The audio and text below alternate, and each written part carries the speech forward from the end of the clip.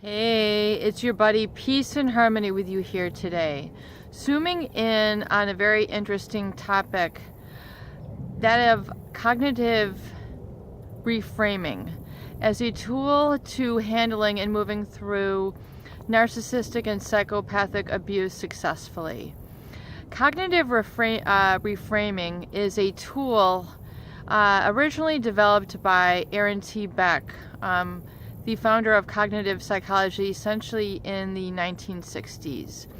And he utilized a technique which is called cognitive reframing, specifically with patients who were disrupted by certain thoughts, experiencing different events, very depressed, anxious, and was developing tools for them to overcome it. And he found that what was very effective was the tool of cognitive reframing. Cognitive reframing is a method in which you are able, it consists of identifying and disputing irrational or maladaptive thoughts. And then essentially it's a way of viewing and experiencing these events, the ideas and concepts, to find more positive alternatives. So it's also termed cognitive restructuring. So in other words, cognitive reframing is a way that you're able to look at events in a new way, in a new light. You're able to see things as they are. Rather than as disempowered, you're able to see them in an empowering basis. For example, you feel like you're under the manipulation of a very destructive or toxic person. So they're yelling, they're screaming, they're using hostility, they're putting the blame on you, they're creating a lot of conflict, they're into the blame shifting, berating you, cutting you down, making you feel underneath them, causing you to be triggered into just a reaction mode. So rather than getting sort of seduced into that encounter, rather than getting sucked in, rather than getting provoked in, realize that this is a tactic used by a toxic narcissist, covert, overt narcissist, and psychopath. This is essentially a tactic that they will use to try to control you, to manipulate you, and realize that in essence is all it is. So it is a tactic and a tool that is meant to disrupt you. It is a tactic and a tool that is meant to trigger you. It is a tactic and a tool that is meant to knock you off of your personal power. It is a tactic and a tool meant to disempower you, weaken you, and essentially react to their force with a counter force.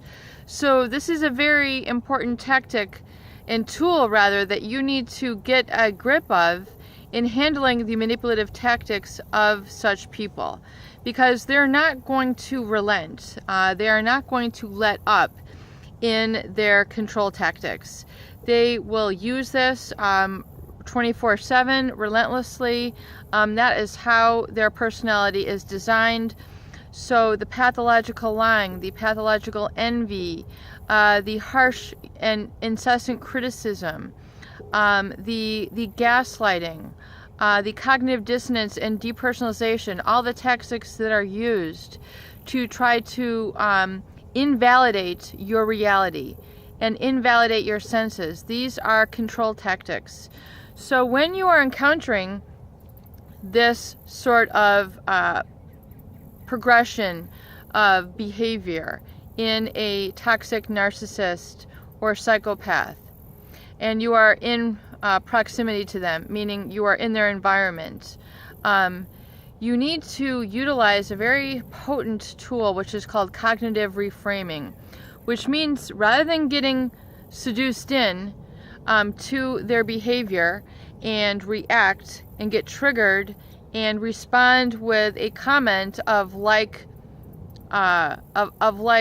energy, meaning negativity, conflict, chaos, crazy making, rather than allowing that to continue realize that cognitive reframing exists in saying, aha, that statement is merely a tactic to control me.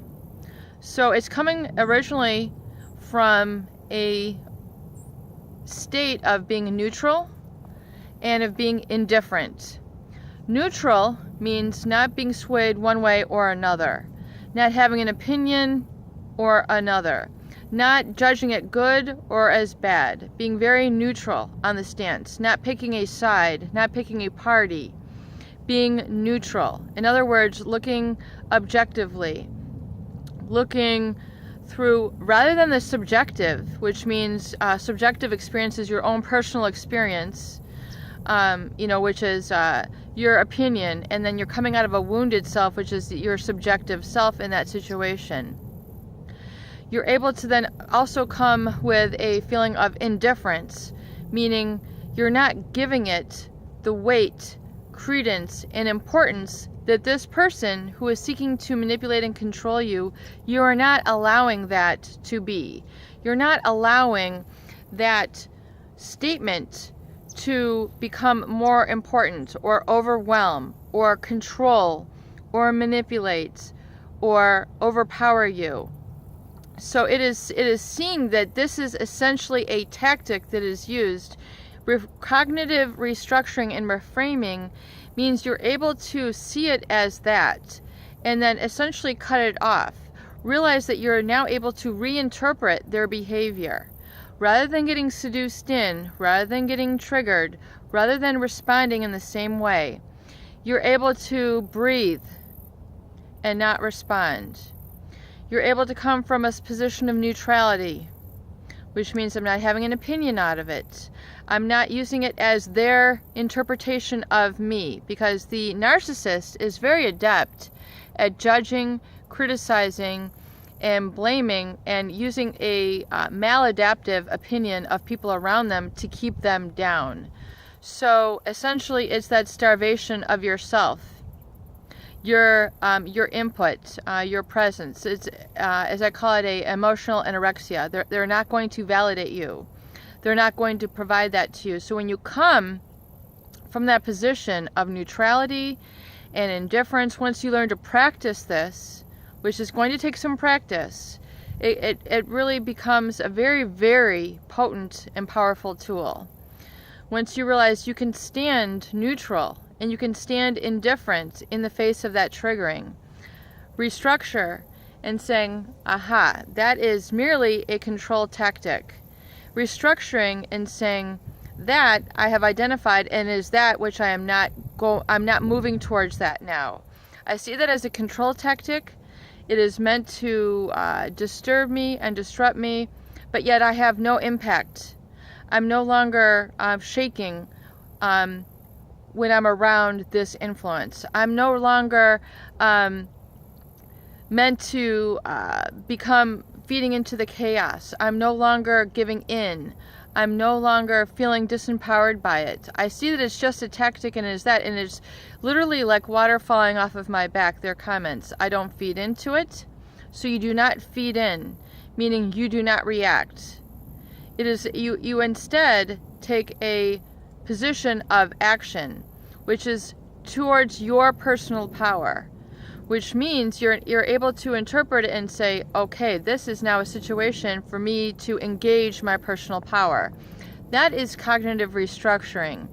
It is able to give new meaning to that experience. So in this example, that event, that triggering event, you're able to now label it as, aha, that is essentially a control tactic.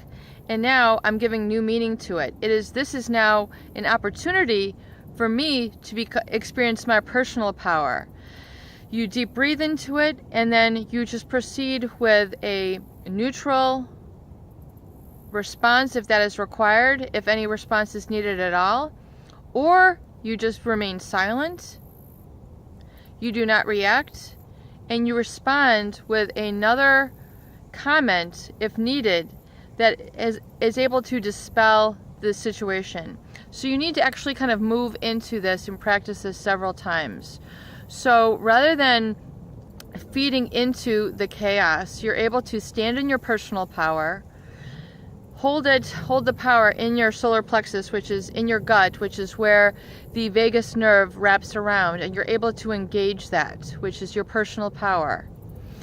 And you're able to breathe into it, and you're able to dispel that through neutrality and indifference, and you're able to respond with an affirmative response, which is giving new meaning and new light to the experience. If you have specific situations, please do write something in the comments section or email me so we can work on those responses. So you're able to come back and actually formulate a more empowered response in that situation, and you have emotional mastery. You're no longer succumbing, and you're no longer seduced by the narcissist. You're standing in your power. Peace and harmony with you here today. I hope these videos help. Please share and please subscribe for more great tools, videos, discussion, and support.